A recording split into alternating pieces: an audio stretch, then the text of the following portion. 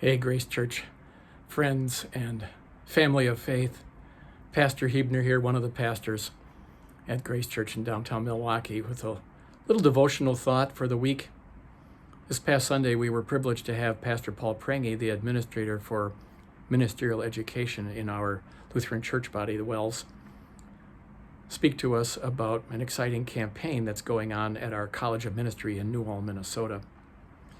And he did have a chance to identify three important parts of that the support of student indebtedness and student recruitment and student housing. But he had a chance also to springboard off of a Bible passage from 2 Corinthians. And chapter 8, the apostle is, in chapters 8 and 9, is addressing the Corinthian Christians about a very important matter in our Christian life. That has to do with how in all the world do we rightly make use of the financial blessings that God has given us.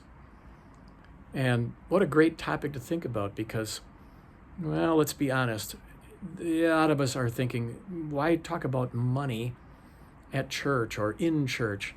But, about 15% of all of the Bible has something to do about finances and money. Apparently, it's important for our God and for Him to let us know what He has to think.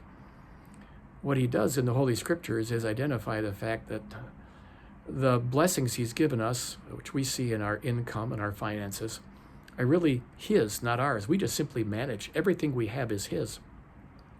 He entrusts everything to us for us to use wisely.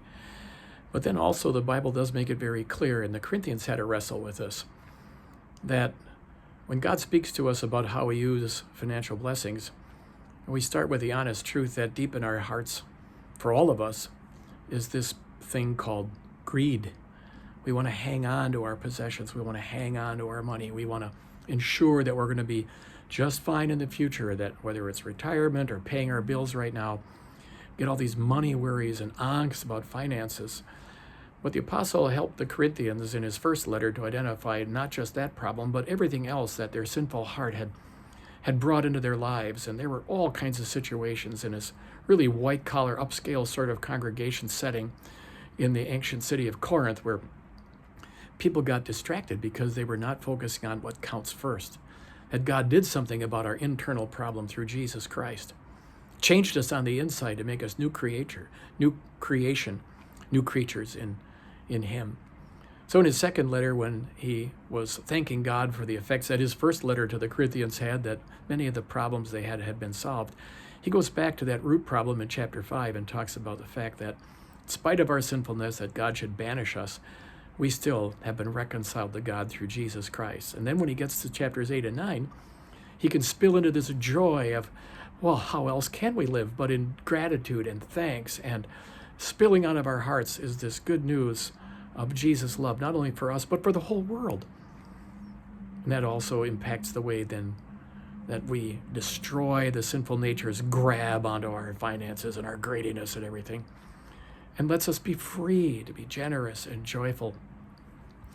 So I encourage you to, if you have a chance, to read through 2 Corinthians chapters 8 and 9 and see how the Apostle Paul takes us back to where we need to be, a real honest identity and identification of what's going on inside our sinful hearts, but then how our hearts on the inside have been changed by Jesus because of what He did for us in His life, and that blood poured out on Calvary's cross to forgive us all of our sins, including our selfishness, self-centeredness, and greed, so that we can be joyful and generous.